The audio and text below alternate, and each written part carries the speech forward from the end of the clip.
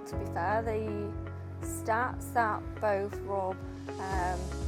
and Paul have talked about, it's actually quite significant in terms of the numbers that are dealing with things like adverse credit, and sometimes you don't realise how big of an issue it is within not the population but across everything. And I was looking around the room thinking there will be people in this room that are also struggling, and maybe we're just not as open and honest as we should be. And if we are a little bit more open and honest, that's obviously going to drive a lot more conversations and change as well. So there has been a big takeaway, and I think a lot of it is something for us to reflect on. There's different people that are here tonight, in terms of yourselves as a lender, but also individuals like myself in terms of a tech company. There's other individuals there from networks and clubs that could all drive the conversation forward and try and make this a little bit less stigmatised in terms of the issues that we are facing as a population, and obviously people struggling to get mortgages because of adverse credit and things that have happened over the last few years in terms of where we are.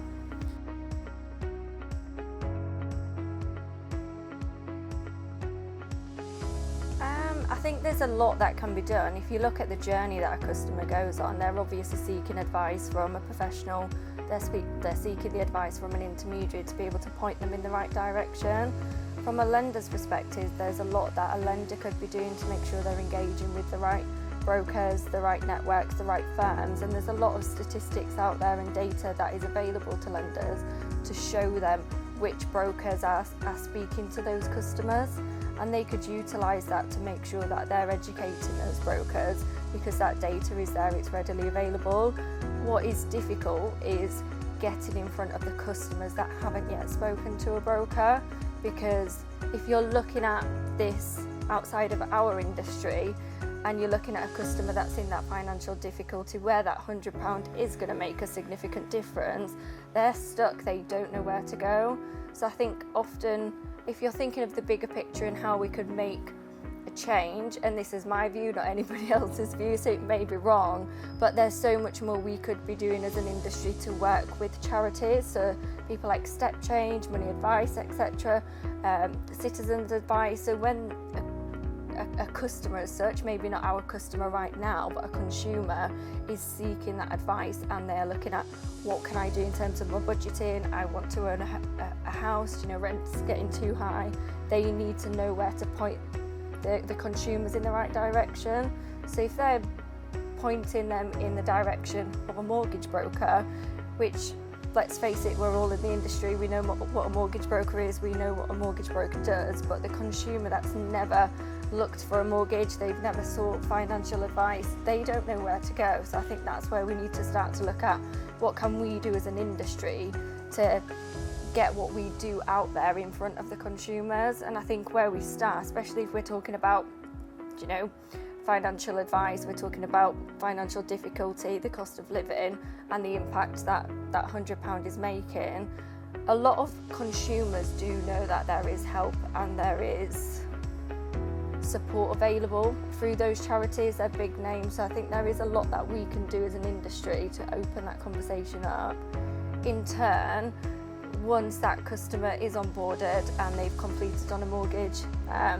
there's a lot more that I think lenders should be doing to just highlight what it is that is available, in terms of your vulnerable customer policies, what the steps are to take if a customer does fall into financial difficulty through the lifetime of the mortgage. I know personally, on a mortgage I completed about 2 years ago, I wouldn't know what their process is. I'd be scared to call them if I fell into financial difficulty, but I wouldn't be scared to call Step Change or Citizens Advice or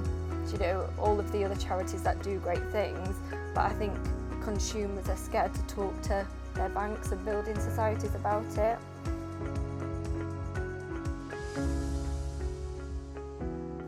I think just being open and honest around vulnerable customer policies. we all have them. Brokers need to make sure they're following the right guidance and making sure they're spotting a vulnerable customer. So they need to be comfortable in asking those questions, so the customer themselves don't feel like, oh, why are they asking me that question? They know why they're asking that question, because if in future something were to happen and they needed that support, this is what that maybe firm's vulnerable customer policy is, this is what the lender's vulnerable customer policy is, and also the things that can be put in place to help support them. I think that's where we need to work better as an industry, because everyone what's the right word? I've forgotten the word now, but everyone individually has their own policies. So a customer will speak to a mortgage broker, they've got their vulnerable customer policy, they're using it at the moment as a way to identify a vulnerable customer, but then how is that information then passed to the lender? So once they do start full mortgage application, once they complete, that mortgage broker essentially isn't passing that information on to the lender to say this is a vulnerable customer. So I think that's where we need to get better as an industry, in terms of making sure once we identify a vulnerable customer, that in turn is shared with the lender as well. There's also lots where tech can play in terms of that. If we're looking at longer term and where we want to go, we've essentially at 27 Tech, we're looking at brokers wanting to be able to,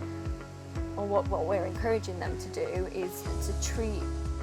let's say, a product transfer, a remortgage, an existing customer, to treat it as a service rather than a transaction. So if they're utilising the technology that is available, they've got all of the client's details from the previous time they've spoke, maybe 2 years ago when they've done their mortgage. They've got all of the information in terms of savings, pensions, investments, their mortgages, and they can utilise that to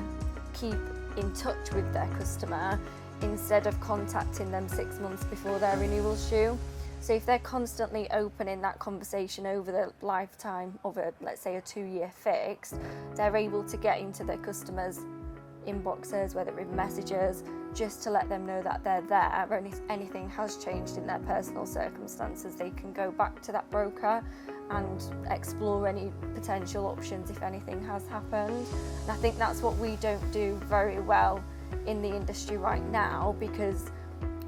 technology hasn't been used to its advantage. We're starting to see that shift and we're starting to see that change, but something that is important is to treat it as a service rather than a transaction. At that point, they can identify if someone needs to do a remortgage, they might need to raise funds to pay off some debt, as an example, instead of doing a switch and staying with the same lender, and meanwhile the customer's still sat there with £50,000 on their credit card, when ultimately if